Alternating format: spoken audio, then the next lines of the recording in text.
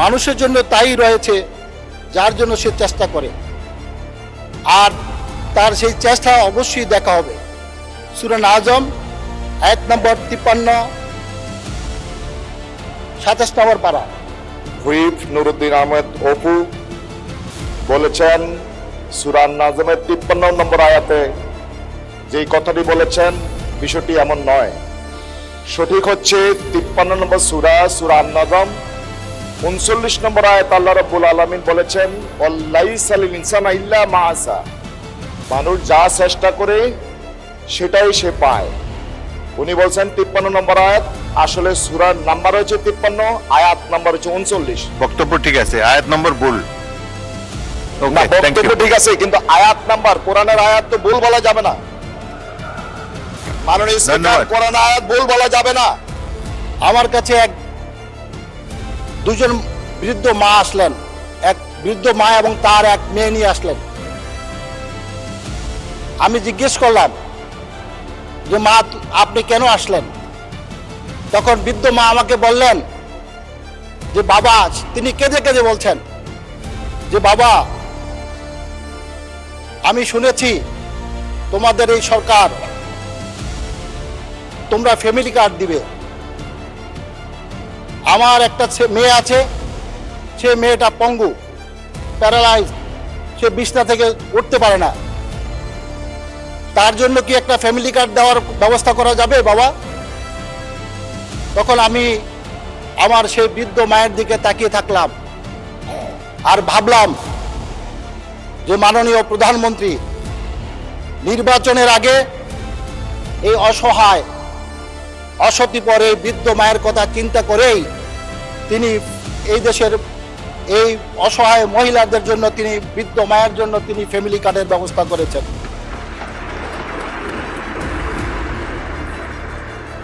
মাননীয় স্পিকার, আমি পার্লামেন্টের প্রথম বাজেট অধিবেশনে, আমার জীবনের প্রথম বাজেট অধিবেশনের বক্তব্য, আমি জানি না আমার কোথায় থেকে শুরু করা উচিত আর কোথায় যা শেষ হওয়া উচিত। আমার সময় মাত্র 10 মিনিট। মাননীয় স্পিকার, আমাদের বন্ধুরা বলেছেন এই বাজেট একটা অস্বাভাবিক বাজেট, এত বড় বাজেট এই অল্প সময়ের মধ্যে কিভাবে এটা বাস্তবায়ন করা হবে।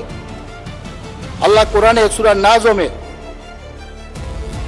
বলেন মানুষের জন্য তাই রয়েছে যার জন্য সে চেষ্টা করে, আর তার সেই চেষ্টা অবশ্যই দেখা হবে।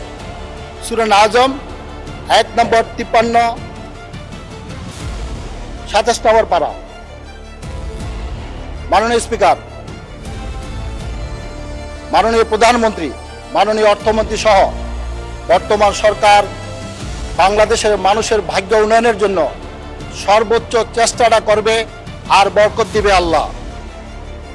এই বরকতের আশায় আল্লাহর সাহায্য নিয়ে আমাদের এই প্রথম জাতীয়তাবাদী দলের এই সরকারের প্রথম এই বাজেট নিয়ে বাংলাদেশের মানুষকে নিয়ে পথ চলা। আমরা বিশ্বাস করি আমাদের ইমানের সেই শক্তি আছে, সেই হিম্মত আছে, যেখানে একটা বিধ্বস্ত অর্থনীতি রেখে গেছেন ফ্যাসিস্ট হাসিনা, সেই বিধ্বস্ত অর্থনীতিকে বাংলাদেশের মানুষকে পৃথিবীর দরবারে কর্মক্ষম জনশক্তি দিয়ে এবং দক্ষ জনশক্তি দিয়ে আমরা এই বাজেট বাস্তবায়ন করে ইনশাআল্লাহ আমরা চেষ্টা করব এবং দেখাবো যে বাংলাদেশ জাতীয়তাবাদী দলের পক্ষেই সম্ভব একটা অসম্ভবকে সম্ভব করা। মাননীয় স্পিকার, আমার এলাকায় চর এলাকা, ওদিন আমাকে ইউনূস সাহেব ফোন করলেন, বললেন আপনার এলাকায় একটা স্কুল এসেছে যেখানে বাচ্চাদেরকে ফ্রি ব্যাগ এবং জুতো দেওয়া হবে, ড্রেস দেওয়া হবে। আমি যখন ওই এলাকায় ওই স্কুলের শিক্ষকদেরকে এই সংবাদ পৌঁছে দিলাম যে মাননীয় প্রধানমন্ত্রী আপনাদের ছেলে মেয়েদের জন্য, আপনার স্কুলের ছাত্রছাত্রীদের জন্য ব্যাগ এবং জুতোর ব্যবস্থা করে দিয়েছে, আমরা এখানে সবাই এক এক এলাকার সংসদ সদস্য।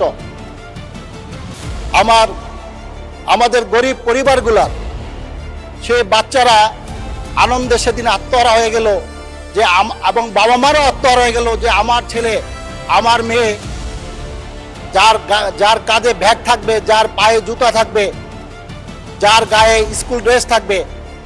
মাননীয় স্পিকার, এটাই হচ্ছে সুষম এবং গণতান্ত্রিক সরকারের একমাত্র উদ্দেশ্য হওয়া উচিত, যেখানে খেটে খাওয়া মানুষগুলো তাকিয়ে আছে সরকারের দিকে।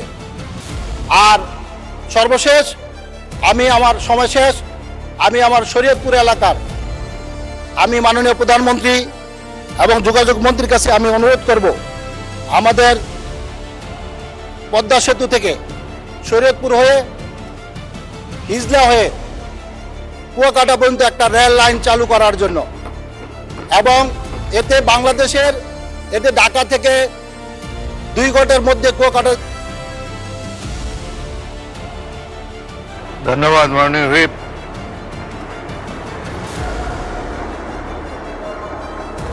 পয়েন্ট অফ অর্ডার, এটা কি ওনার বক্তব্যের উপরে কি বলেন?